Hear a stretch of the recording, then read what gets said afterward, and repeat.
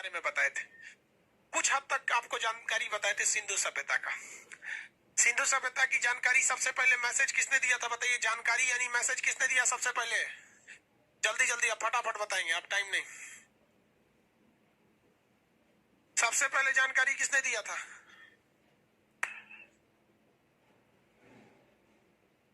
मैसन ने दिया था, चार्ल्स मैसन ने दिया था। किसी को कोई दिक्कत नहीं? दरोगा की जानकारी दरोगा कर रहे हैं भाई, सिंधु सभ्य दरोगा बैच वाला पूछ रहा है सर। चार्ल्स मैसन ने, ठीक, चार्ल्स मैसन ने दिया था।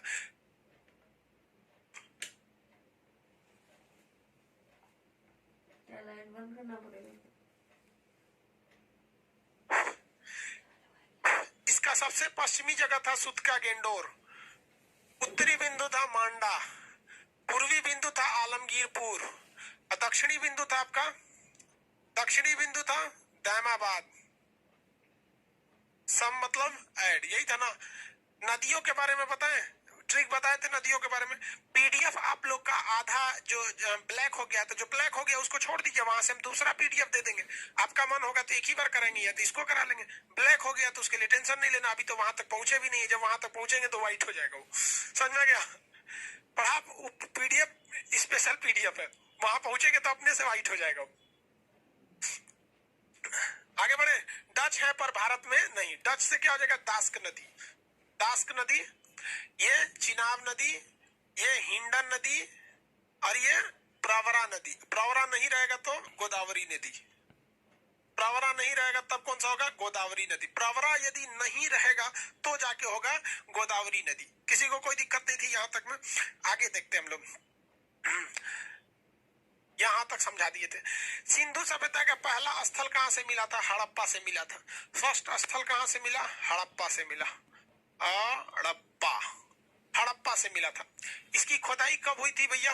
1921 में। किसने किया था? दयाराम साहनी ने किया था, साहनी ने किया था। ये किस नदी के किनारे थी? रावी नदी, रावी नदी के किनारे। कहां पर थी? पाकिस्तान में। कौन सा जिला? माउंट गोमरी जिला, माउंट गोमरी जिला। यहां तक में तो किसी को कोई दिक्कत नहीं था। ये तो बेसिक चीजें हैं। हड़प्पा से रिलेटेड में ये सारी चीजें आपको याद रखनी पड़ेगी। रीजन के हड़प्पा में खुदाई पहले हुई थी, ठीक है? हड़प्पा में खुदाई कब से हुई थी? पहले हुई थी। इस वजह से आपको इसके बारे में सारी चीजें पता होनी चाहिए। बाकी सब में थोड़ा सा डेट इधर भी उधर हो जाएगा, नहीं भी पूछता है उसमें। रीजन के ये फर्स्ट था। ये किस चीज के लिए प्रसिद्ध था? हम आपको बताए थे। ये पूजा के लिए या श्रमिक के लिए या उद्योग के लिए, व्यापार के लिए, किस लिए फेमस था? बताइए फटाफट आंसर दीजिए।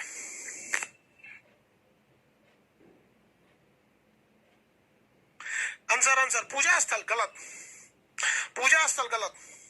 अन्नागार, हाँ लेबर के लिए। वेरी गुड सौरभ कुमार, सौरभ कुमार कह रहे सर इसके श्रमिक के लिए हम बोल देंगे तो सही हो जाए। एक नंबर था भैया। इसमें सबसे पहले हमें क्या मिले थे भैया? आपका श्रमिक आवास, श्रमिक आवास। इसमें श्रमिक लोग के रहने के लिए कुम्हार का चाक, कुम्हार का चाक, श्रमिक के रहने के लिए आवास यानी लेबर रूम मिला था, श्रमिक आवास।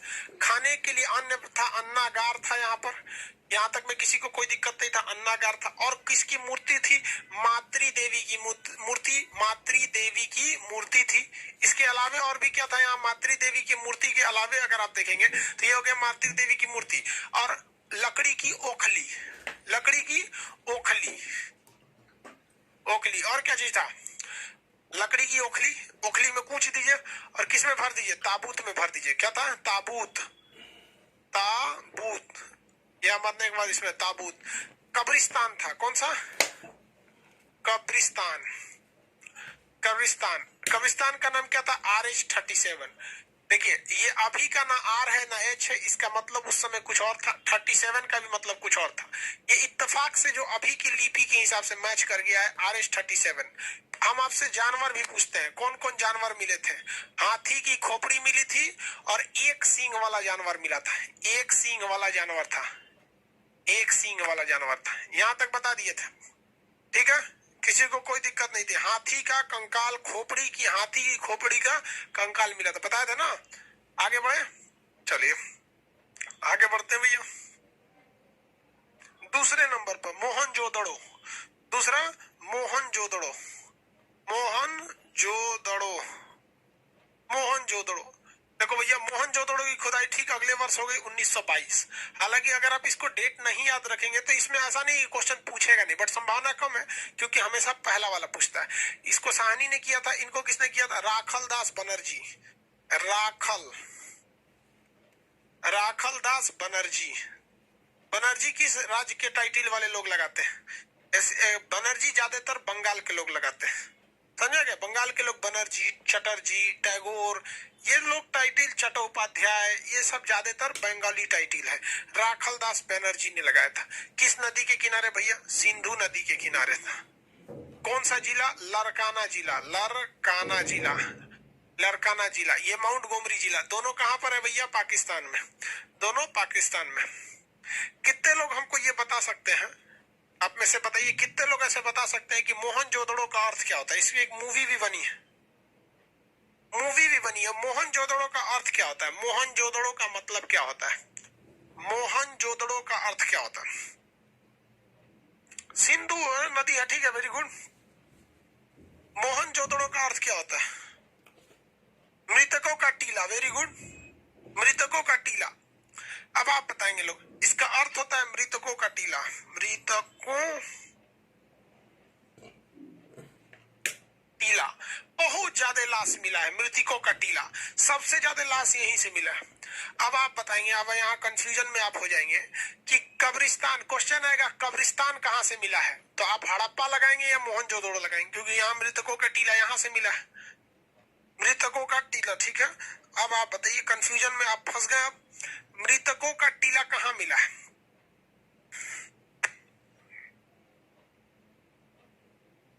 मृतकों का टीला कहाँ से मिला? हड़प्पा, सॉरी मतलब कब्रिस्तान कहाँ से मिला है? हड़प्पा से। कब्रिस्तान कहाँ से मिला है?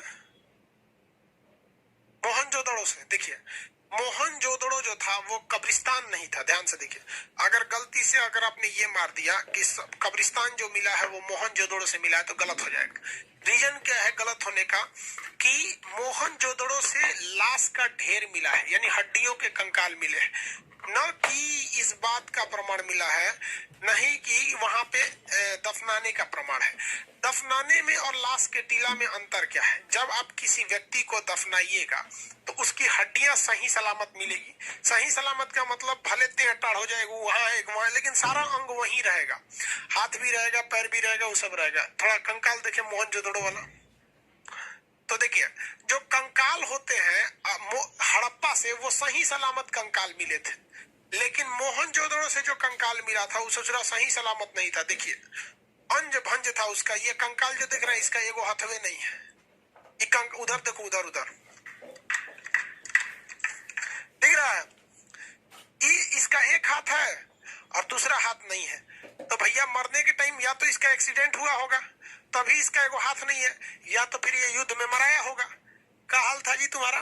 कहाँ मराए थे? तुमको कुछ आइडिया है? इसको कोई आइडिया नहीं है। लेकिन ये मोहनजोदड़ो वाला, इसका कोई आइडिया नहीं है, इसका एक हाथ नहीं है। तो मोहनजोदड़ो से जितनी भी लाशें मिली हैं, जितने भी मृतक मिले हैं, वो मुंह दिखा सही से, उधर उधर स्टूडेंट उधर, ऐसे तो इधर हमको कौन चीज देख रहा है? हम हाँ,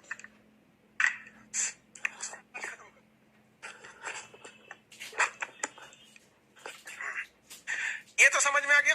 तो जितने भी मोहनजोदड़ो से लाश मिले हैं, उसका कोई भी लाश, जितना भी लाश है, वो कोई भी सही सलामत अवस्था में नहीं है। सारा का सारा जो लाश है वो अंध भंज है, किसी का कमर नहीं है, किसी का हाथ नहीं है। जैसे मान के चलिए, ये देखिए इसका खाली जांग है, इसका पैर थोड़े दिख रहे, इसका पैर कहाँ गया? वहां होगा, लाइए जोड़ के दिखाते हैं इन लोग को। भूत है नहीं बाबू, लड़का सबके पास भूत नहीं आता है, क्योंकि दोबारा खुदे भूत है, सोच रहा हूं। हाँ, वो उसका हाथ है। हाँ हाँ, हाथ लाइए ना, कोई दिक्कत नहीं है। देखिए इसका एक हाथ कहीं और फेंकाया है, तो इसका हम हाथ जोड़ देते हैं। तो ये सब जितने साक्ष्य मिले हैं जो इस बात की ओर इशारा करते हैं कि भैया मोहनजोदड़ो के जो लाश है वो कहीं ना कहीं मार काट हुआ था, यानी मोहनजोदड़ो के लाश अस्त व्यस्त है। इस वजह से इतिहासकारों ने आइडिया लगाया कि इस यहाँ पर विदेशी आक्रमण हुआ था। तो सिंधु सभ्यता का जो मोहनजोदड़ो जगह था वो विदेशी आक्रमण का था। कई गो लाश है समझिए, यहाँ पे दो को पंजा आ गया। देखिए भाई, यहाँ पे इसका पैर लगा देते हैं, यहाँ देखिए पैर हो गया इसका, एक और पैर लाइए। तो इसका 4 गो पैर कहां से आ गया? वो कोई दूसरे लाश का है भाई। देखिए इसका हम सब कुछ लगा दिए। देखिए बैठा है ना ये लाश, देखिए बैठा है। ये जो हम हाथ इसका गर्दन पकड़े हुए हैं, एक ओर से हम इसका वो पकड़े हुए हैं जांग, फिर भी दिख रहा है एक्स्ट्रा लाश। देखे वो एक्स्ट्रा कहां से आ गया? देखिए अभी ये पूरी तरह से बॉडी इसका सही है, वो भी देखे जो एक्स्ट्रा हाथ पैर है इसका, कंकाल का एक्स्ट्रा है इसका। ऐसे ही लाश में मिला है, खाली पैर मिला है, मतलब इसका दहिया कहाँ गया? युद्ध में मराया होगा, कहीं सीटा गया होगा। समझ में गया कि नहीं? रख दीजिए। बहुत भारी है, सोच रहा जिंदा में तो और भयानक भारी होगा। हाथ चढ़ गया कंकाल इतना भारी।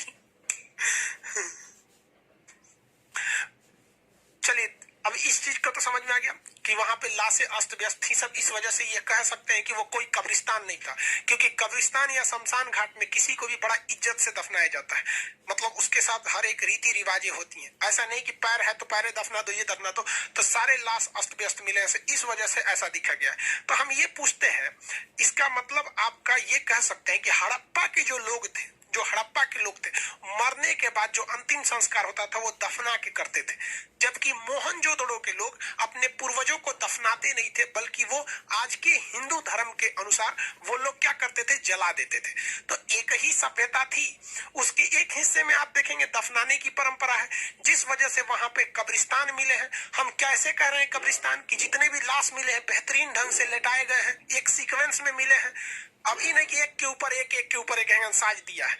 यहाँ तो एक के ऊपर एक साज दिया, वो सही सलामत नहीं है।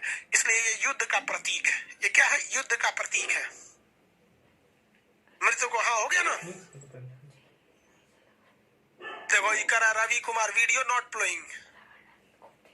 अरे यार वीडियो नॉट प्लेइंग मतलब रवि कुमार आपको दिक्कत है। यहाँ सब आदमी कंकाल उंकाल देख के डर रहा है, तू करा video not playing. Video playing हो रहा है आप लोग के लिए। हम एक अब यहाँ पे हमेशा एक रख दीजिएगा, एक मोबाइल यहाँ पे। देखो भैया आप लोग को समस्या ना हो, इसलिए सब कुछ होने के बाद यहाँ पर एक मोबाइल हमेशा रखा रहेगा, आवाज को साउंड को म्यूट करके, जिसमें हम जब भी मतलब क्या क्या पढ़ा रहे हैं क्या नहीं पढ़ा रहे हैं वो सब इस पे दिखता रहेगा, ताकि आपको कोई दिक्कत ना है। ठीक है? एक मोबाइल लेना पड़ेगा इस पे रखने के लिए, ताकि हमको कंफर्म रहे। बहुत सही सिस्टम है वो। चलिए बहू यहाँ देखिए, अब इसमें याद कैसे रखना है, क्या क्या चीजें यहाँ से मिली हैं। तो इससे मिलने वाली चीजें ज्यादातर पूजा स्थल से है। याद करने का ट्रिक समझिए, यहाँ पर पूजा से सामग्री चीज मिले। पंडित जी पूजा करेंगे यहाँ पर, तो भैया पंडित जी जो पूजा करेंगे तो इसमें क्या मिला है? पुरोहित आवास। वहां किसका आवास मिला था? श्रमिक आवास। यहाँ कौन सा आवास? पुरोहित आवास। कौन सा आवास? पुरोहित आवास। पुरोहित आवास याद रहेगा, पुरोहित आवास। पुरोहित मतलब पूजा पाठ कराने वाले लोग, पुरोहित आवास मिला था। किसी को कोई दिक्कत नहीं है। पुरोहित आवास के अलावे यहाँ पे एक स्नानागार मिला है, नहाने वाला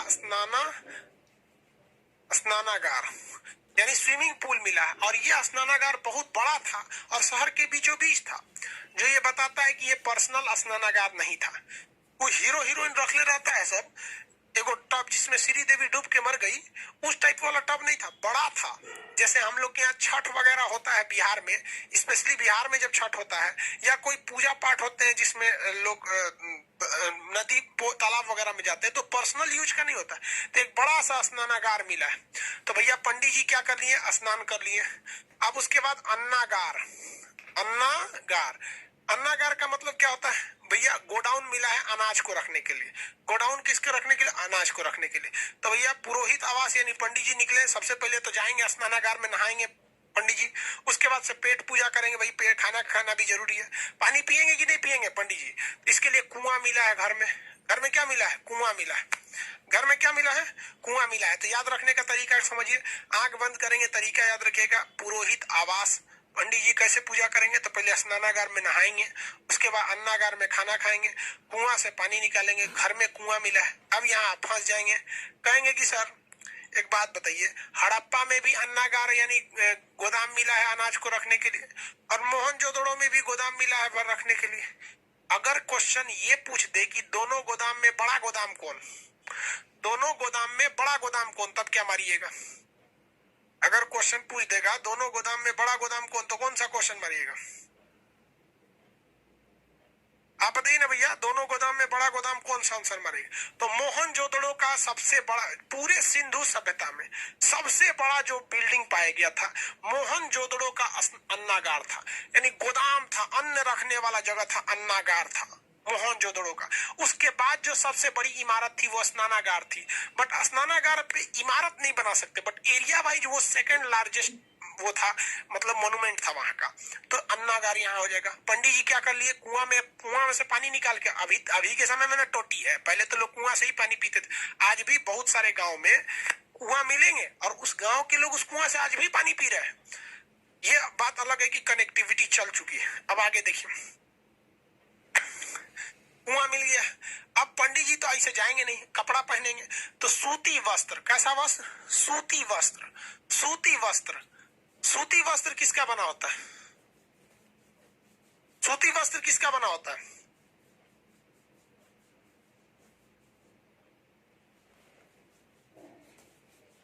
सूती वस्त्र किसके बने होते हैं भैया? सूती वस्त्र किस चीज के बने होते हैं बताइए तो? कपास के बने होते हैं भैया। कपास को इंग्लिश में कॉटन कहा जाता है, तो यानी सूती वस्त्र किसके बने होते हैं? कपास के। तो सिंधु सभ्यता में कपास का साक्ष्य कहां से मिला है? मोहनजोदड़ो से।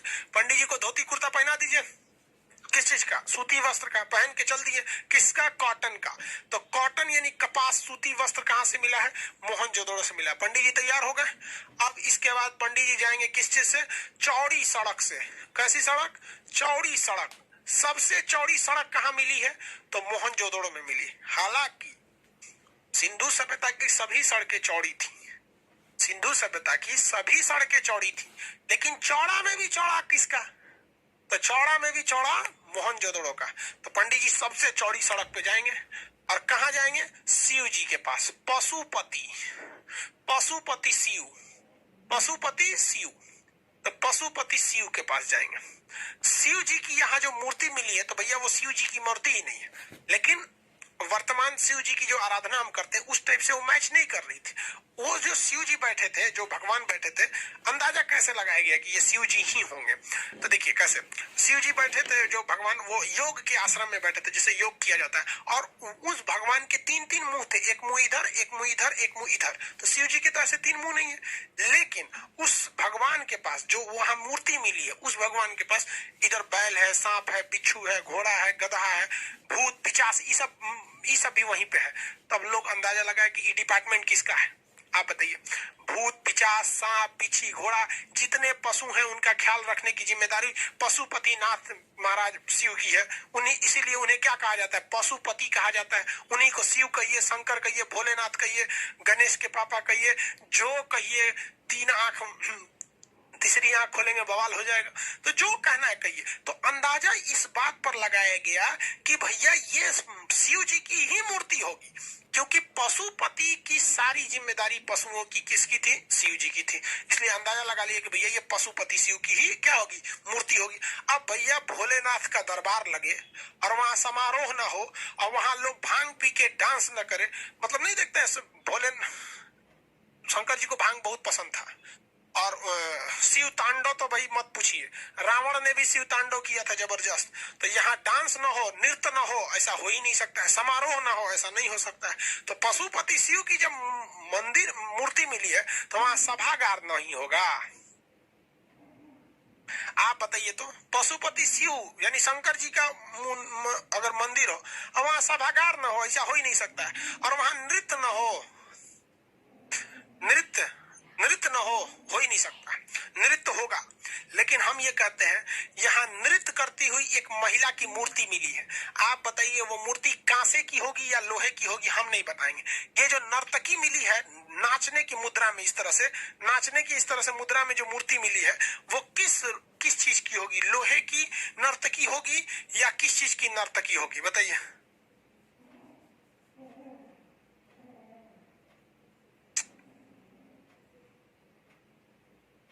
नर्तकी जो है भैया कांसे की है, कांसा की। तांबा कैसे बोलता है रे भैया? कैसे तांबा तू लोग बोलता है? कांसा की न होगी। तांबा तो ताम्र पाषाण काल में खोज हो ही गया था, वो उस समय का प्रचलित चीज था। इस समय जो मूर्ति मिली वो कांसे की मिली। किस चीज की मिली भैया? कांसे की मूर्ति मिली। किसकी मूर्ति? कांसे की मूर्ति मिली। आगे बढ़ जाए, किस चीज की नर्तकी मिली है? कांसे की नर्तकी मिली है। किसी को कोई दिक्कत नहीं? मोहनजोदड़ो से क्या क्या मिला आप बता सकते हैं? मोहनजोदड़ो से मिलने वाली सारी चीजें आप बता सकते हैं। आगे बढ़े, ये सारी चीजें कहां से मिली? पाकिस्तान के लरकाना जिला से। पाकिस्तान के लरकाना जिला से कांसे की थी। ठीक है, कांसे की मिली थी। लेकिन ऐसा तो नहीं है भैया कि यहाँ तांबे की खोज नहीं हुई थी। तांबे की खोज हुई थी, लेकिन आप बताइए सिंधु सभ्यता के लोग तांबे का प्रयोग ज्यादा करते थे या कांसे का? तांबा तो भैया मानव द्वारा खोजा गया पहला धातु था ही, उसे तो कोई मिटा ही नहीं सकता। वो हम आपको पढ़ा दिए, टेस्ट भी ले लिए आप लोग था। इसलिए तांबा का ढेर मिला है। तांबा का ढेर, तांबा का ढेर यानी ऐसे झोझेंगे तांबा फेंका हुआ था, इसे एक जगह से तांबा फेंका हुआ था। ठीक है, प्रयोग कांसे का था। वेरी गुड, प्रयोग जो था वो कांसे का था। इसलिए जो नर्तकी है, जो बर्तन है, जो इमारतें हैं, जैसे कहीं पे भी मंदिर देखिएगा तो मंदिर के ऊपर का एरिया, कलश जो रखा जाता है, अब भैया पैसा है तो सोने का कलश रख दो, नहीं तो लोग तांबे का कलश रखते हैं, पीतल का कलश रखते हैं। आज के वक्त में कोई कांसे का कलश नहीं रखता है, ना ही कोई लकड़ी का रखता है, लेकिन उस समय कांसे का प्रयोग था। इसलिए जो भी चीजें मिली हैं वो कांसे की हैं। लेकिन तांबा तो पहले से ही था, तो तांबा का एक बहुत बड़ा ढेर मिला है। कहीं ने तांबा फेंकल था, पाषाण काल वालों का है। अब पाषाण में भी किसका? तांबा के काल को हम लोगों ने क्या कहा था? चिलकोलिथ कहा था कि नहीं कहा था? तो तांबे का ढेर मिला। तो मोहनजोदड़ो से मिलने वाली चीजें आपको हो गई। मोहनजोदड़ो से क्या क्या चीजें मिली ये आप बता सकते हैं, इजीली बता सकते हैं, कोई दिक्कत नहीं है आप लोग को। आगे बढ़े, कोई दिक्कत नहीं। क्वेश्चन पूछेंगे तो बताएंगे आप लोग। क्वेश्चन पूछते हैं।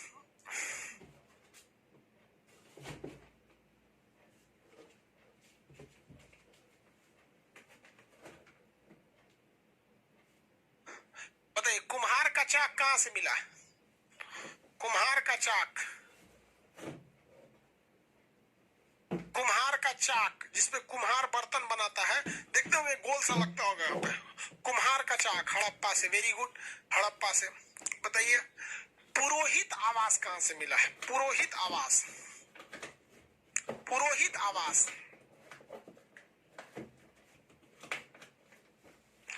पुरोहित आवास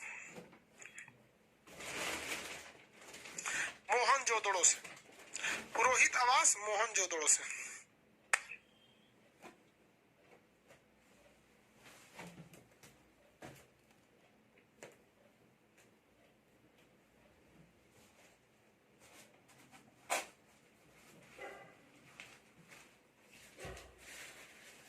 वेरी गुड। चलिए पाकिस्तान में बढ़े। पाकिस्तान के दो शहर याद हो जाएंगे। पाकिस्तान का तीसरा जो शहर था, तीसरा नंबर शहर चंदहुदड़ो। चंदहुदड़ो, चंदहुदड़ो, चंदहुदड़ो। देखिए भैया, चंदहुदड़ो जो जगह था, ये जो था, ये पाकिस्तान के कहा था? तो भाई इसकी खोज किसने किया था? गोपाल मजूमदार। गोपाल मजूमदार, गोपाल मजूमदार। अब भैया ये किस नदी के किनारे था? तो ये सिंधु नदी के किनारे था।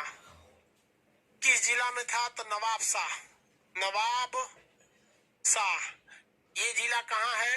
तो ये जिला भैया पाकिस्तान में है। जिला कहाँ है? पाकिस्तान में। इस जिला की सबसे बड़ी खासियत, यहाँ एक बहुत ही क्रांतिकारी व्यक्ति ने जन्म लिया। उस व्यक्ति का नाम था आसाराम बापू। वो भारत में चला आया। तो जहां का चंदहुदड़ो कहाँ है भैया? नवाब शाह में। कहाँ पे है? नवाब शाह में।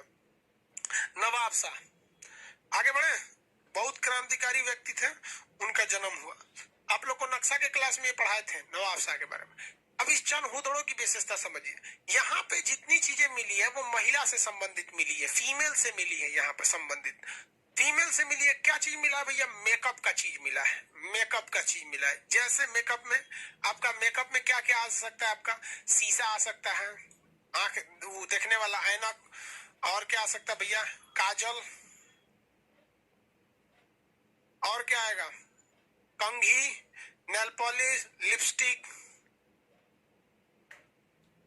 ये सब चीजें कहाँ से मिली है?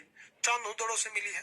और लड़की सब किससे खेलती है? सब गुड़िया से खेलती है। सब गुड़िया मिला है, मनका मिला है, मनका मिला है। और ये मनका कैसा है? ये मनका कैसा है? तो उस मनका पे डिजाइनिंग बनी हुई है। उस मनका पे क्या बनी हुई है? डिजाइनिंग बनी हुई, उस पे कलाकृति बनी हुई है। तो लड़की सब इस सब में बहुत मन लगता है। लड़की सब जो होती है सब बहुत ही सब काम करती रहती है। सब खाली बैठल रहेगी सब तो उसमें पेंटिंग उंटिंग का काम करते रहती है सब। तो मन का मिला है, लेकिन वो मन का कैसा है? कलर्ड मन का है यहाँ पर, जिससे ये पता चलता है महिला सुई धागा, सुई धागा, सुई धागा मिला है। महिला सब सुई लेके बीनते रहती है सब। अगर महिला का सरकारी स्कूल में मास्टर बन गई तो वो महिला इसका खूब प्रयोग करेगी, ये सुई धागा का लेके कुरूस सरकारी स्कूल में लड़कों को ले देगी। अब बिना एक चालू, अरे भैया पढ़ाई करने आए हैं कि स्वेटर बीनने आए हैं? पढ़ाई जो होती है, एक टीचर सबसे बड़ा भारत में क्या है कि टीचिंग का एक पैशन खत्म हो गया है। आज कोई टीचिंग मतलब अरे भैया नौकरी है तो पढ़ाओ ना, इसे ऐसा वाला नहीं है। टीचिंग एक पैशन है, पैशन, शौक होना चाहिए कि हमें बच्चों को कैसे पढ़ाएं कि और अच्छा से समझ में आ जाए। तो ये चीज तो रही नहीं है अब यहाँ पर। तो लोग सुई धागा लेके कुरूस उरूस लेके कहीं चालू हो जाते हैं। लो स्वेटर बिना रहे हैं।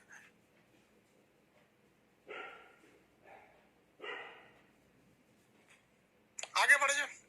यहाँ एक ऐसा ईंटा मिला है जिसमें ना एक जगह बिल्ली के पैरों के निशान है। किसके पैरों के निशान है? बिल्ली के पैरों के निशान है। किसके निशान? बिल्ली के पैरों के निशान है। और उसी निशान के जस्ट पीछे एक और पैरों के निशान है, लेकिन वो चौड़ा चौड़ा पैरों के निशान है। वो निशान कैसे है? चौड़ा है। तो पता ये चला जब इस निशानों को मिलाया गया कि भैया ये कौन जानवर का निशान है और ये किस जानवर का निशान है। तो पता चला भाई ये जो निशान है ये बिल्ली का है और पिछवा वाला जो पैरवा का है ये कुत्ता का है। तो मिट्टी पर एक ऐसा जगह मिला है जहां पे ये प्रतीक होता है कि ये मिट्टी से घर लिपाया होगा हाल ही फिलहाल में, और उस पे बिल्ली भागी होगी तो पिछवा से कुत्ता दौड़ाया होगा। ये दोनों में जल्दी जमता नहीं है कुत्ता बिल्ली में। तो यही हुआ है डॉग एंड कैट वहां पे। अब देखिएगा हमारे यहाँ एक घर बनलो, हम लोग का पुराना घर था, बहुत पुराना, दादा के समय का बनवाया हुआ घर। कब का होगा भैया? 1964-65 के आसपास का घर होगा, मतलब अब 50 साल से ऊपर हो गया वो घर। लेकिन उस घर में ना जो छत बनता था तो पहले सुर्खी का जोड़ाई होता था, बड़ा मतलब जोड़ाई उड़ाई में। तो जोड़ाई में ना वहां पे मेरे घर के ऊपर कुछ पैरों के निशान बने हुए हैं। तो पैरों के निशान बने तो हम दादी से पूछते थे, दादी ये पैर का निशान कैसा है? तो मेरी दादी जो कहती थी कि बबुआ ये तुम्हारे पापा जब छोटे थे, तो मेरे पिताजी जब बहुत छोटे थे ना तो नया नया घर बना होगा और मसाला वसाला नया नया होगा तो उसमें दौड़ के चल गए होंगे कि हमारा घर है, तो लोग बुलाए होंगे। तो वो घरवा के निशान वहां पे अभी भी दिखता है, ये पैर का निशान ऐसे गया है, थोड़े दूर बाद ऐसे वापस आ गया है। तो वही दादी जी बताती थी कि तुम्हारे पापा जब छोटे थे तो इसी पे से ऐसे चल दिए थे और फिर वापस भाग के चले आए थे यहाँ पे। वो निशान वहां आज तक है। तो वो देख के लग जाता है कि नहीं ये किसी बच्चा का निशान है, छोटे बच्चा का। वो हमको क्या पता 50 साल पहले हमारे पिताजी का है जब वो छोटे थे। तो वैसे ही अवशेष यहाँ भी मिला है। आप लोग के में घर वगैरह में देखिएगा तो अभी हमारे बहुत से ऐसे लोग भी होते हैं जो घर वगैरह बनाते हैं ना, तो एक पत्थर आता है, सॉफ्ट पत्थर बोलते हैं, मतलब उसको गर्म करके, मतलब मोम टाइप का होता है, मतलब बहुत ज्यादा सख्त नहीं होता है। तो जब कभी नया घर होता है या किसी यहाँ की नई नई बहू आती है तो पहले उसी पत्थरवा पे उसका पैरवा रख के रंग से ऐसे उतरवाते हैं लोग। दोनों पैरवा इसे रंग देती है तब उतरवाते हैं। और उस पैरवा वाले निशान को लोग लेमिनेशन करा के शीशा में रख देते हैं कि हमारी बहू का ये पहला पैर था। और जब घर में बहुत सारी खुशहाली आती है तो लोग उस पैरों को देखते हैं, कहते हैं कि ये हमारी बहू लक्ष्मी बन के आई थी और इसके पैर आते ही घर अच्छा हो गया। और कबो कबो लक्ष्मी जी होती है ना, कबो कबो पतो आके खरमंडल मचा देती है, चंडाल वाला काम कर देती है। तो लोग उस पैरवा को देख देख के पहुंचते रहते हैं लोग, इस कैसे आ गई है। तो बस वैसे ही निशान है इसका, किसी को कोई दिक्कत नहीं। तो कुत्ता और बिल्ली का पीछा करता हुआ यहाँ पे क्या पाया गया है? निशान पाया गया है, dog and bite, dog and cat, dog and cat, dog and cat. अब एक बात बताइए, ये किससे रिलेटेड है? फीमेल से। अब आप अपने से बताइए, सिंधु सभ्यता की इमारतों में कच्चे ईंट का प्रयोग होता था या पके हुए ईंट का प्रयोग होता था? ये हम कल पढ़ा दिए थे आपको, मतलब फ्राइडे की क्लास। सिंधु सभ्यता के भवन निर्माण में कच्चे ईंट का प्रयोग होता था या पके हुए ईंट का प्रयोग होता था? आप बताएंगे, हम नहीं बताएंगे। आप बताएंगे तो फिर आगे बढ़ेंगे, नहीं तो नहीं बढ़ेंगे। पके हुए ईंट का। कच्चा ईंट का बोलता बेवकूफ गल जाता पानी में। आज तक कोई अवशेष ही हमें नहीं मिल पाया होता। क्या हमें कोई अवशेष मिल जाता अगर कच्चे ईंट का प्रयोग होता? तो खुदाई में तो भी खुदा के निकल जाता। कच्चा ईंट बोलता है बेवकूफ, पका ईंट का प्रयोग होता है। अब तो ये क्वेश्चन ही नहीं पूछेगा कि पके हुए ईंट का प्रयोग कहाँ मिला है, क्योंकि पूरी सिंधु सभ्यता में ही पकी हुई ईंट थी। वो पूछेगा कि कलर्ड ईंट या अलंकृत ईंट या मतलब डिजाइन बना हुआ ईंट कहां से मिला है? आप बताइए, किसी पुरुष को फुर्सत है वो डिजाइन बनाएगा बैठ के ईंटा पे? वो तो थाप थूप के कैसा दे देगा, ले थाप थूप के दे देगा कि नहीं देगा? तो ये काम वही करेंगे जाएगा जहां पर कोई महिला ज्यादा हो। तो महिलाओं की अधिकता कहाँ थी? चनहुदड़ों में। तो यहाँ जो ईंटें मिली हैं वो कैसी ईंट है? अलंकृत ईंट है। अलंकृत अलंकृत ईंट का प्रयोग यहाँ हुआ है। अलंकृत ईंट का हुआ है। एक क्वेश्चन जो हमेशा इससे पूछता है कि सिंधु सभ्यता की जितनी भी मकान थे, जैसे ये मकान है, ये बहुत सारा मकान है, ये सड़क है, यहाँ से ये इधर रास्ता जा रहा है, ये इधर जा रहा है, ऐसे चौराहा जा रहा है, इसे सड़क है ये। तो जितने भी सिंधु सभ्यता के समय में बिल्डिंग बनाई गई थी, वो सारी बिल्डिंग जब बन गई थी तो उसके चारों ओर इस तरह से बाउंड्री दिया गया था। यहाँ से ऐसे बाउंड्री, एक मेन गेट होता था एंट्री करने का, जो विदेशी आक्रमण से बचाने के लिए बाउंड्री दी गई थी। यानी सिंधु सभ्यता के जो शहर थे वो शहर एक दुर्ग यानी किले से पैक थे। सिंधु सभ्यता के जितने भी शहर थे वो एक किले यानी दुर्ग से पैक थे। और जब ये पैक थे तो ये विदेशी आक्रमण से बचाते थे। यानी सिंधु सभ्यता के शहर एक दुर्ग के अंदर थे। लेकिन चनहुदड़ो एक ऐसा जगह था जहां पर दुर्ग नहीं देखा गया है, क्योंकि ये औद्योगिक शहर था। किसी का दुकान इधर है तो इधर से लिपस्टिक का दुकान खोल दिया, कोई इधर से शैम्पू बेच रहा है, कोई इधर से नेल पॉलिश, कोई इधर से कुछ, कोई कुछ। इसका मतलब ये सिंधु सभ्यता का एक ऐसा जगह था जहां दुर्ग देखने को नहीं मिले, जहां पर दुर्ग देखने को नहीं मिले। तो इसे हम कह सकते हैं दुर्ग रहित। दुर्ग रहित, दुर्ग रहित मतलब दुर्ग नहीं है, और रहता तो कहते हैं दुर्ग सहित। ये दुर्ग सहित नहीं है, ये दुर्ग रहित है। कैसा है भैया? दुर्ग रहित है। आगे बढ़े तो ये दुर्ग रहित है, दुर्ग नहीं पाया गया। सिंधु सभ्यता का ये स्थल भी हो गए। किसी को कोई दिक्कत? इसमें आप डेट वाइज मत याद रखेंगे लोग, कोई काम का नहीं रहेगा डेट, क्योंकि डेट किसका पूछता है? पहला दूसरा का डेट पूछता है, बाकी थोड़ी ना पूछता है। तो अभी तो खुदाई हो रहा है। आप इतने भी बेवकूफ नहीं है, समझदार है आप लोग। हाँ, समझदार है कि नहीं? ठीक है। एक और चीज यहाँ से पूछी जाती है, एक और उटपटांग पूछता है कि भैया सिंधु सभ्यता की जितनी भी सड़कें थी वो सब सीधी थी, कौन सी जगह की सड़कें थोड़ी सी टेढ़ी मेढ़ी पाई गई थी? तो ये चनहुदड़ो की सड़कें थी जो थोड़ी सी टेढ़ी मेढ़ी भी पाई गई थी।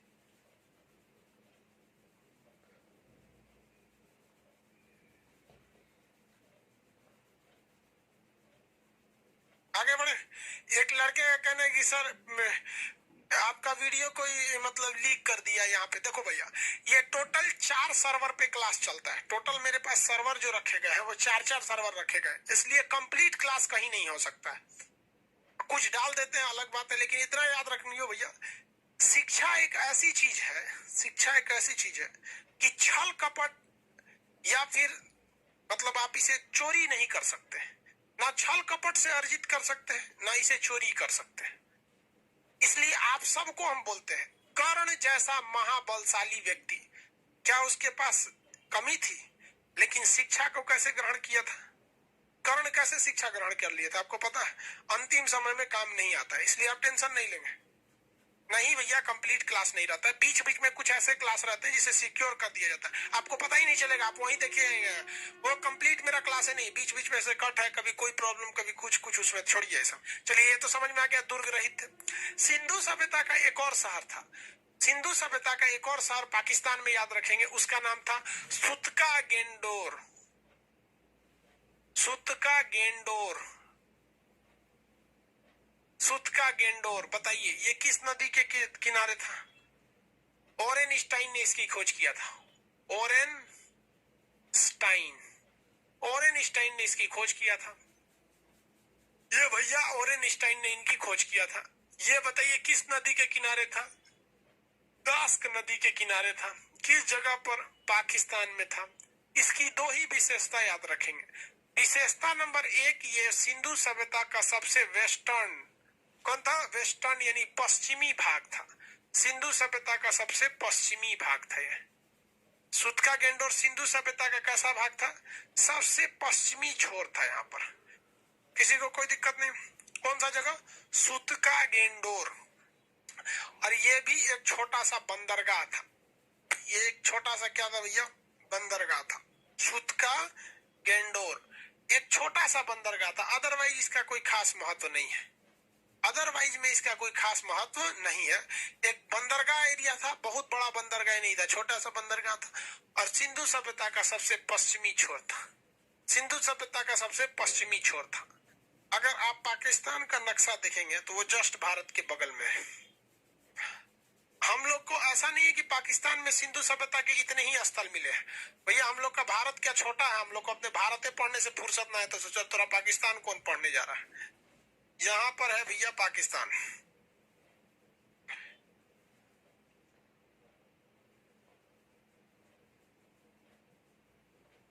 ये है पाकिस्तान, ऐसे है पाकिस्तान।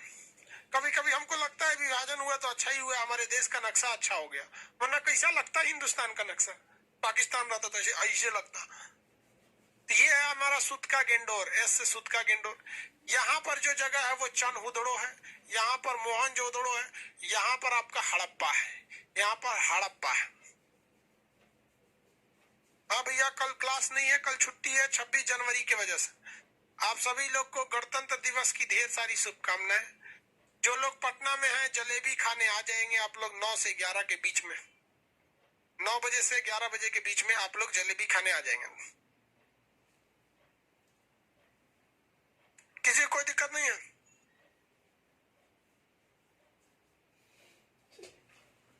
विभाजन को हम अच्छा नहीं बोल रहे हैं, हम विभाजन के बाद भारत का जो नक्शा है ना, हम उसे अच्छा बोल रहे हैं। आप मेरी बात को नहीं समझे। विभाजन के बाद हमारा देश का नक्शा अच्छा हो गया। वो तो अखंड भारत तो एक नंबर था। यहाँ देखिए ये जो है जगह है हड़प्पा, और ये जगह कौन सा है? मोहनजोदड़ो। ये है चनहुदड़ो। ये जो कौन सा, ये जगह कौन सा है भैया? ये है आपका सुतका गेंडोर। सर जलेबी ऑनलाइन भेज दीजिएगा। एक काम करते हैं, जलेबी का पीडीएफ बना देंगे, आप लोग डाउनलोड कर लीजिएगा।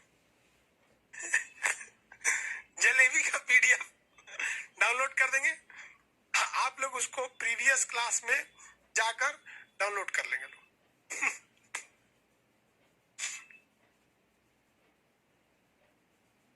आगे बढ़ जाए तो पाकिस्तान की इन जगहों को आपको याद रहेगा, किसी को कोई दिक्कत नहीं है।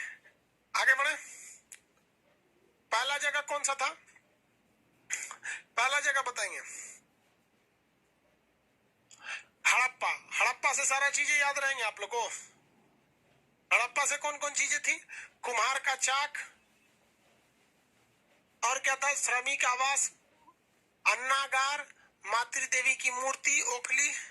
आगे बढ़े।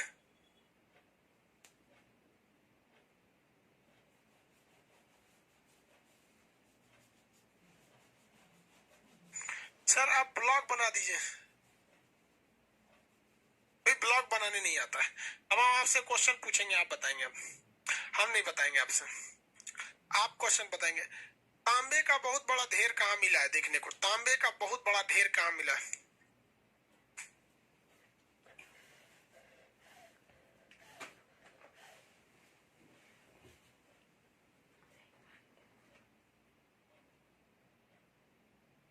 मोहनजोदड़ो। मोहनजोदड़ो। अगला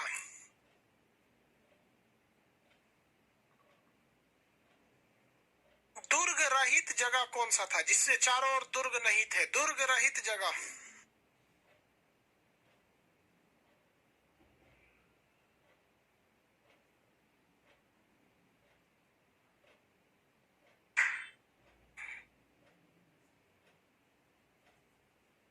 दुर्ग रहित जगह चनहुदड़ो। RH-37 कब्रिस्तान, RH-37 कब्रिस्तान, RH-37 कब्रिस्तान हड़प्पा। मृतकों का टीला, मृतकों का टीला, मृतकों का टीला, ठीक है, मोहनजोदड़ो। बताइए, हड़प्पा के लोग लाश को जलाते थे या दफनाते थे? हड़प्पा के लोग लाश को जलाते थे या दफनाते थे?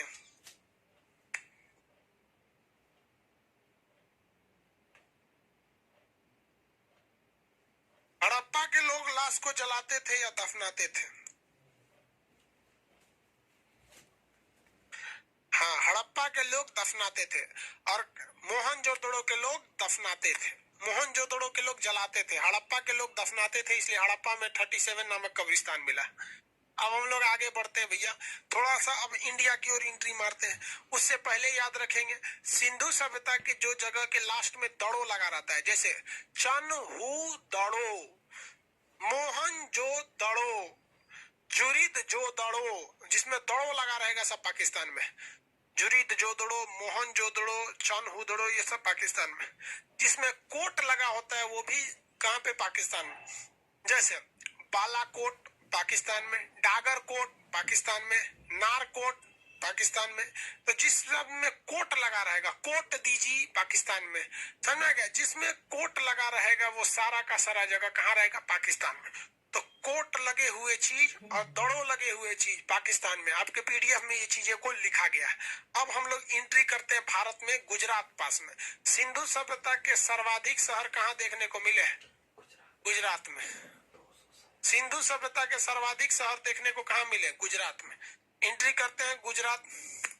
तो एक बड़ा सा पहले चित्र बना लेते हैं नक्शा गुजरात का। ड्रैगन फ्रूट का नाम चेंज होके क्या हो गया? कमलकम। भैया हम ड्रैगन फ्रूट कभी खैबो नहीं किए थे, लगता कैसे है क्या पता। अब तो उसका नाम भी चेंज हो गया है, पता नहीं उसका टेस्ट कैसा होगा कैसा नहीं। आप लोग खाए होंगे तो पता नहीं। ये है भैया गुजरात, ठीक है। अब गुजरात में भैया बहुत सारे जगह मिले हैं। इस गुजरात में यहाँ मिला है धौलावीरा। कौन सा जगह? धौलावीरा। धौलावीरा, धौलावीरा सिंधु सभ्यता का बहुत बड़ा स्थल था। धौलावीरा सिंधु सभ्यता का बहुत ही बड़ा स्थल था धौलावीरा।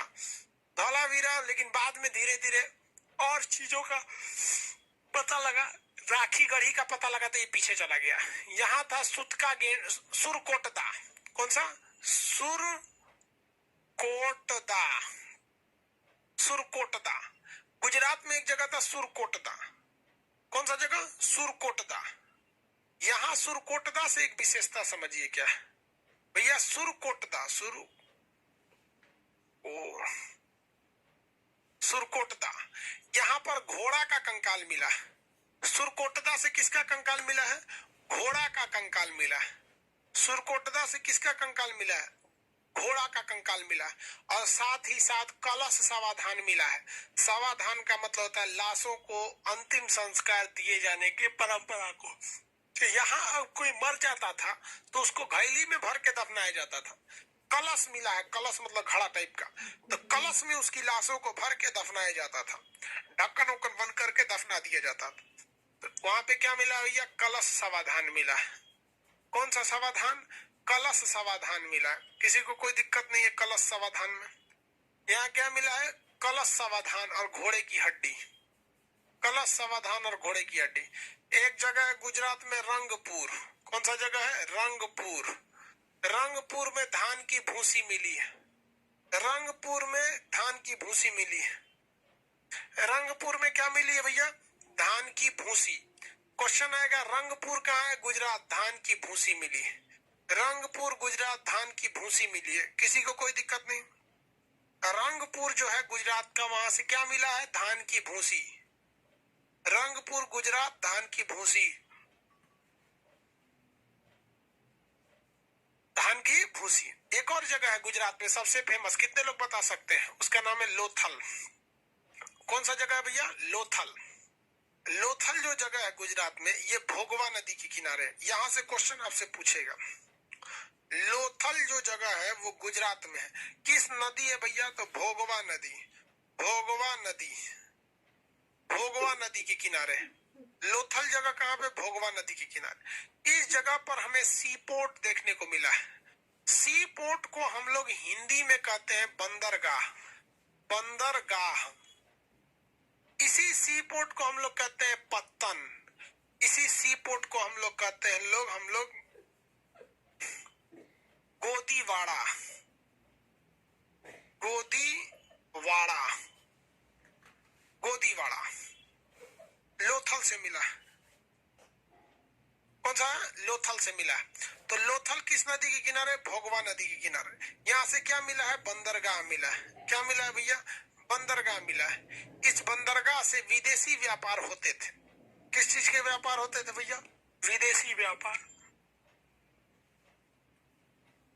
हम कैसे मान ले कि विदेशी व्यापार होते थे? हम लोग को तो प्रूफ चाहिए मानने के लिए। ऐसे तो हम लोग मान नहीं लेंगे कि कोई कह दिया भैया विदेशी व्यापार होते थे तो हम मान लेंगे।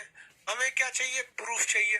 तो प्रूफ कहां से देंगे? तो एक अच्छा सा प्रूफ मिल गया हम लोग को। कैसे? देखिए भैया, ये है हमारा गुजरात, भारत का ये पूरा नक्शा। भारत पूरा नक्शा किसका? भारत का।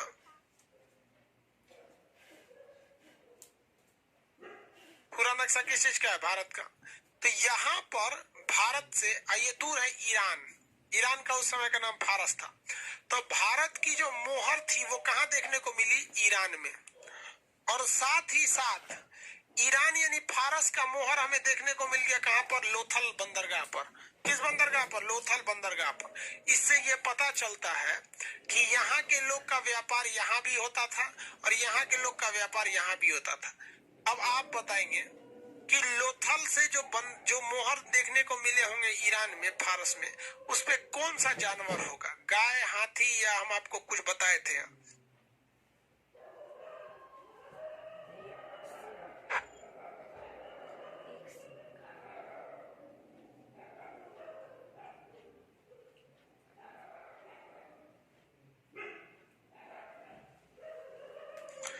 भारत की खोज वास्को डी गामा ने किया, ये कौन बता दिया आपको? गलत जानकारी है। भारत की खोज वास्को डी गामा ने नहीं किया था। वो भारत समुंदर के रास्ते भारत कैसे आया जाए, तो समुंदर के रास्ते की खोज किया था। एक सींग वाला जानवर, गाय का तो मोहर ही नहीं था, ठीक है। एक सींग वाले जानवर का यहाँ मोहर लगा है। तो यहाँ भैया लोथल से एक और चीज क्या मिली है? विदेशी व्यापार। क्या था? व्यापार। व्यापार के साक्ष्य मिले हैं। कैसे कह सकते हैं कि व्यापार है? तो भैया फारस की जो मोहर मिली है उससे पता कर सकते हैं कि ये है।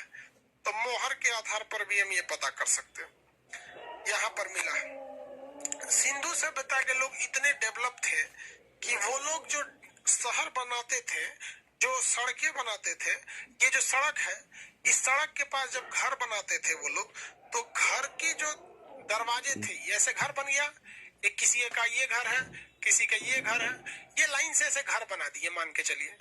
तो ये जो घर था, तो इसके दरवाजे ये यहाँ पर नहीं खोलते थे, सामने नहीं खोलते थे ये लोग।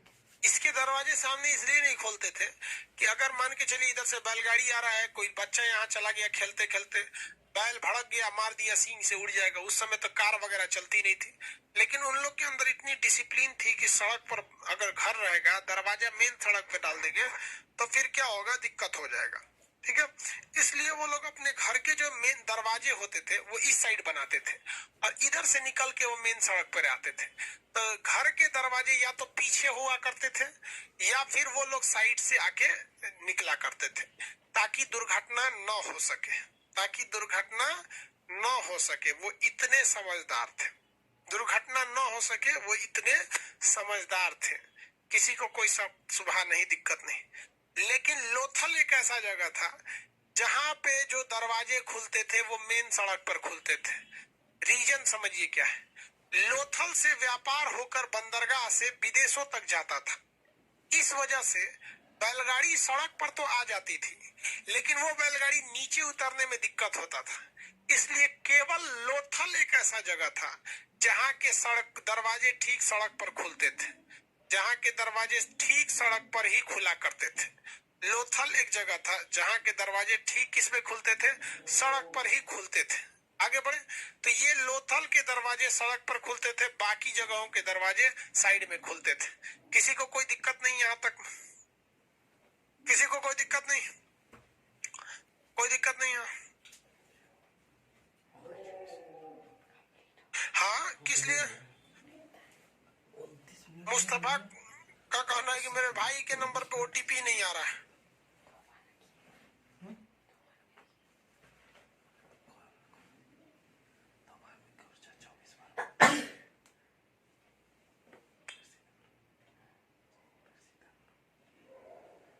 चलिए अब यहाँ ध्यान से देखते हैं। इसमें जो सिंधु सभ्यता में एक और चीज मिला है, यहाँ पर युगल समाधान, युगल समाधान, समाधान मतलब दो लाशों को एक साथ दफनाया गया था, जो इस बात को बताता है कि ये सती प्रथा भी हो सकती है, जो इस बात को दर्शाता है कि ये सती प्रथा भी हो सकती है। कैसा समाधान? युगल समाधान। और सिंधु सभ्यता का एकमात्र जगह लोथल था जिसमें हर तरह के अंतिम संस्कार होते थे। युगल समाधान भी होते थे, दफनाए भी जाते थे, कलश समाधान भी होता था, जलाए भी जाते थे। ऐसा इसलिए होता था क्योंकि लोथल बहुत बड़ा व्यापारिक एरिया था, हर तरह के लोग आते थे, हर धर्म के लोग आते थे, हर विचारधारा के लोग आते थे और वहीं बस जाते थे। जैसे भारत में दिल्ली में जाएंगे तो आपको शमशान घाट भी देखने को मिलेगा, कब्रगाह भी मिलेगा, ईसाई लोगों का भी मिलेगा, हर तरह का मिलेगा, क्योंकि दिल्ली में बहुत तरह के लोग जाके वहां बसे हुए हैं। वैसे ही यहाँ भी वही सिस्टम था, किसी को कोई शक शुबा दिक्कत नहीं है यहाँ पर। तो यह युगल समाधान देखने को मिला था, जो इस बात की ओर इशारा कर रहा था कि यहाँ पर सती प्रथा भी थी, यहाँ पर सती प्रथा भी हो सकती थी। किसी को कोई दिक्कत नहीं है, क्वेश्चन बना लेंगे। यहाँ देखिए सुरकोटदा हाथी क्या वो मिला है, सॉरी सुरकोटदा क्या मिला है, घोड़ा का, जबकि हाथी हड़प्पा से मिला है। धौलावीरा एक बहुत बड़ा स्थल था। लोथल जो है बंदरगाह शहर था, जिसे पत्तन या फिर क्या कहा जाता है भैया, गोदीवाड़ा। इसकी सड़कें ठीक सड़क, दरवाजे ठीक सड़क पे खुलते थे ताकि माल लोड करने में दिक्कत ना हो। यहाँ फारस की मोहर मिली है जो विदेशी व्यापार को बताती है। ये एकमात्र जगह था जहाँ पर दरवाजे ठीक सामने खुला करते थे, इसमें मोहर वगैरह मिल गया। यहाँ युगल समाधान मिला, मतलब दो लाशों को एक जगह दफनाने को मिला है, जो सती प्रथा की ओर इशारा करता है। लेकिन अगर सती प्रथा होती तो ऐसी बहुत सारे कब्रें देखने को मिलती, लेकिन 2 ही 4 मिला है। तो ऐसा थोड़ी होता है कि 2 ही 4 लोग सती प्रथा करेंगे। सती प्रथा का मतलब होता है कि अगर किसी का पति मर गया तो पत्नी को भी साथ में जला दिया जाता था, जिसे हम सती प्रथा कहते थे, जिसे क्या कहते थे, सती प्रथा के नाम से जानते थे। आगे बढ़ जाते हैं, किसी को कोई दिक्कत नहीं है, हर तरह के कलश मिलेंगे। Please subscribe now this channel and share this video.